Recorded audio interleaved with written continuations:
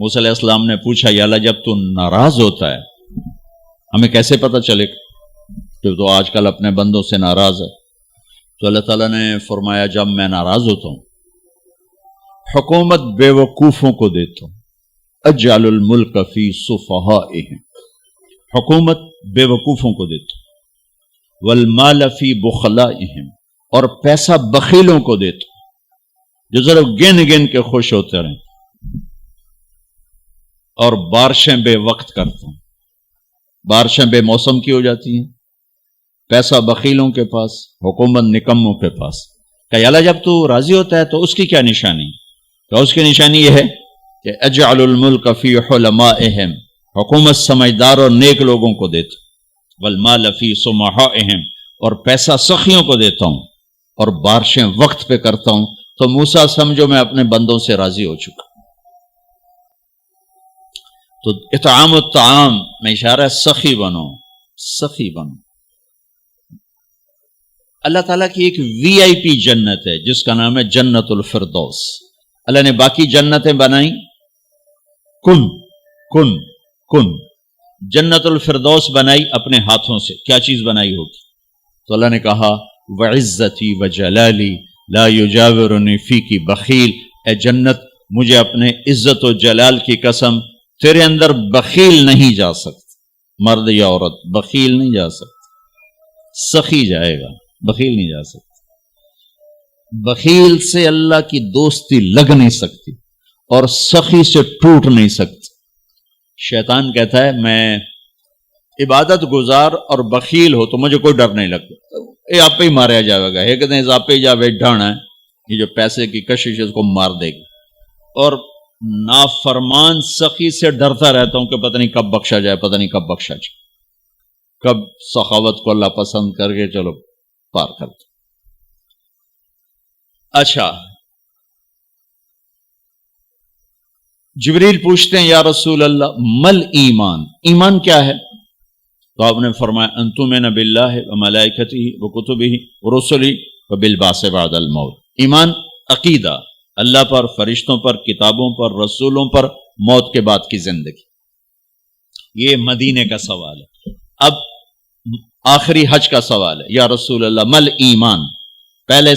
پہلے سوال کرنے والے جبریل ہیں اور یہ سوال کرنے والے عمر بن عبس ہیں۔ یا رسول اللہ مل ایمان، ایمان کیا ہے؟ تو آپ نے کیا جواب دیا؟ الصبر والسماحہ، الصبر والسماحہ۔ اب چھت بتا رہے ہیں کہ ایمان یہ ہے صبر کر اور معاف کر، صبر کر اور معاف کر۔ میرے بھائی بہنوں، میرے رب کی قسم، جیسے یہ ہے نا وَجَعَلْنَا مِنَ الْمَاءِ كُلَّ شَيْءٍ حَيٍّ أَفَلَا يُؤْمِنُونَ، اللہ نے ہر جاندار کا لازمی جز پانی بنایا۔ پانی نکال دو تو آدمی مر جاتا، ڈی ہائیڈریشن سے موت واقع ہو جاتی۔ ہر جاندار کا لازمی جز پانی، دین کی تمام صفات کا لازمی جز صبر، صبر نکال دو تو سارا دین کچرا بن جاتا، صبر نکال دو۔ تو میرے نبی نے فرمایا ایمان کیا ہے؟ صبر کرنا، معاف کرنا۔ معاف وہی کرے گا جو صبر کرے گا، جسے صبر نہیں آتا اسے معاف کرنا بھی نہیں آتا۔ تو ایمان قیامت کے دن اعلان ہوگا، صبر والے کھڑے ہو جاؤ، تھوڑی سی جماعت کھڑی ہوگی، بلکہ چلو جنت میں جاؤ۔ ان کو اللہ بغیر حساب کے جنت میں ڈال دے گا۔ اور جب آپ صبر کرتے ہیں تو ایک طاقت بنتا ہے، لوگوں کی منفی چیزوں کو آپ اپنے اندر سہتے ہیں، برداشت کرتے ہیں۔ صبر اس کو پروسیس کرتا ہے، پھر وہ طاقت بنا کے آپ کے اندر سے باہر پھینکتا ہے، جو پہاڑوں میں سوراخ کر دیتی ہے اگر ہم صبر کرنا سیکھ اور معاف کرنا سیکھ۔ 21 برس قتل کرنے والوں کے منصوبے بنانے والے اہل مکہ، آپ نے ایک بول پہ فرمایا جاؤ معاف کی۔ کمال، 21 برس قتل کے پیچھے پھرتے رہے۔ جنگ خندق کے فوراً بعد مکہ میں قحط آ گیا، تو ہمارے نبی نے 300 دینار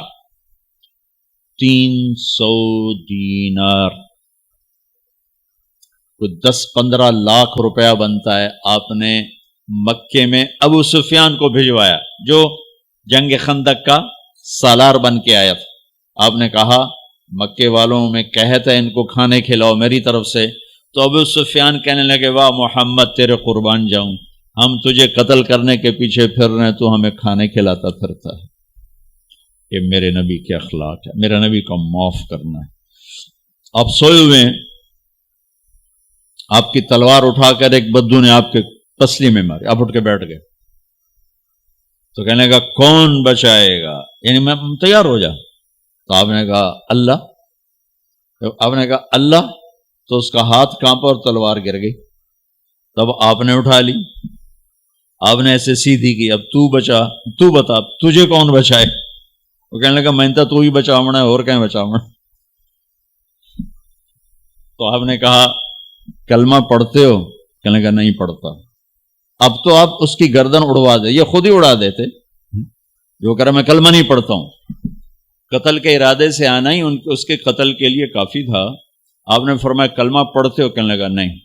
آپ نے کہا جاؤ معاف، جاؤ معاف، صحابہ کے سامنے جاؤ معاف۔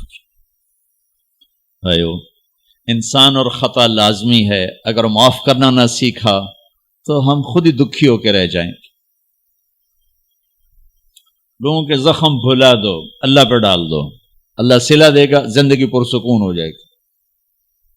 دیکھو ہم اپنے یہ کرتے پر داغ نہیں لگنے دیتے، اپنے بس سے داغ، کھانا کھانے بیٹھو نیپکن، یہ دیکھو ابھی نیپکن پڑے ہوئے، رکھو اگو رکھو توڑے چولے تو کوئی سالن نہ ڈھے پاوے، ٹھیک، یہ تو پھر بھی دھل جائے گا،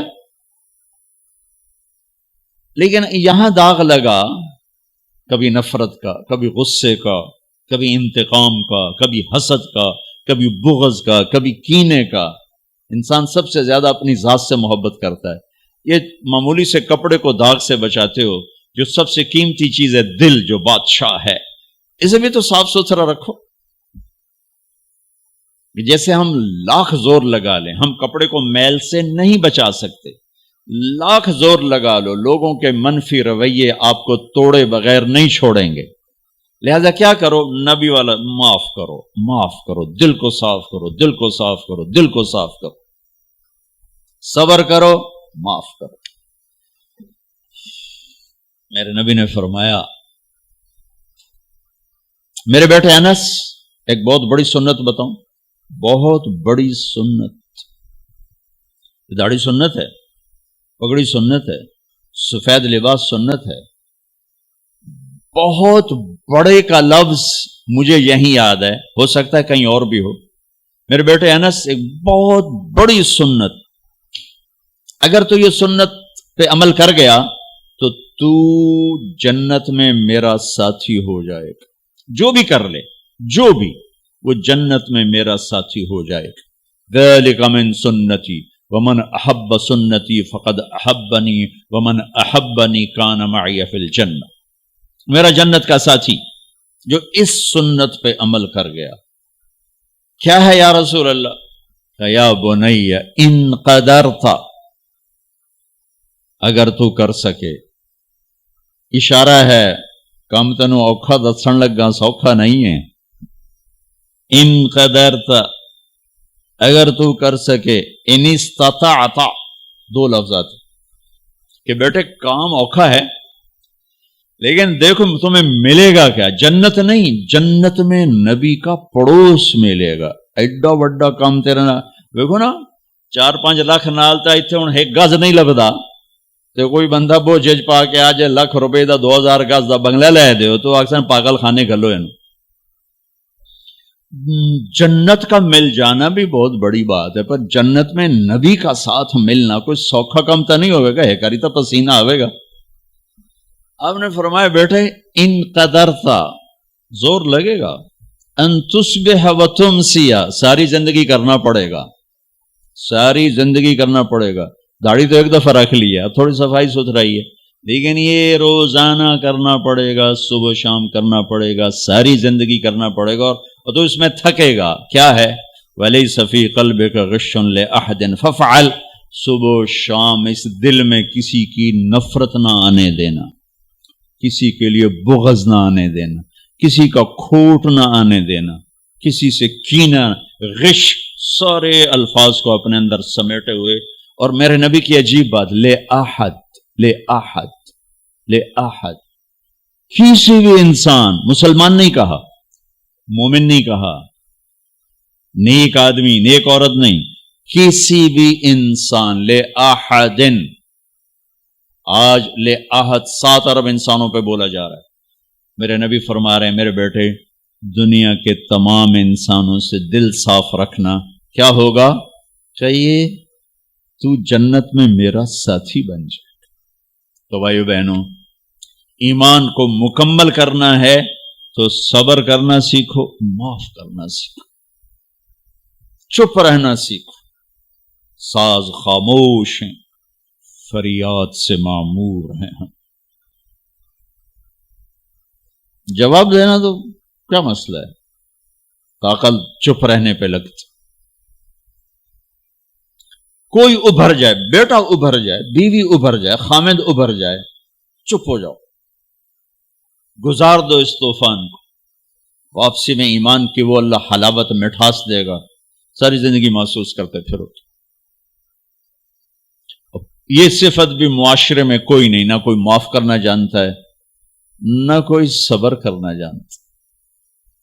تو یہ میں وہ چیزیں بتا رہا ہوں جو معاشرے میں کوئی نہیں ہے. میں اور آپ کر لیں گے تو ہماری قیمت بڑی لگ جائے گی. تو اسلام کی ابتدا بھی بتا دی، انتہا بھی بتا دی. ایمان کی ابتدا بھی بتا دی، انتہا بھی بتا دی. یہ شروع ہوتا ہے عبادات سے، عقائد سے، اور مکمل ہوتا ہے اخلاق پر، درگزر پر، اخلاق کی تمام صفات پر.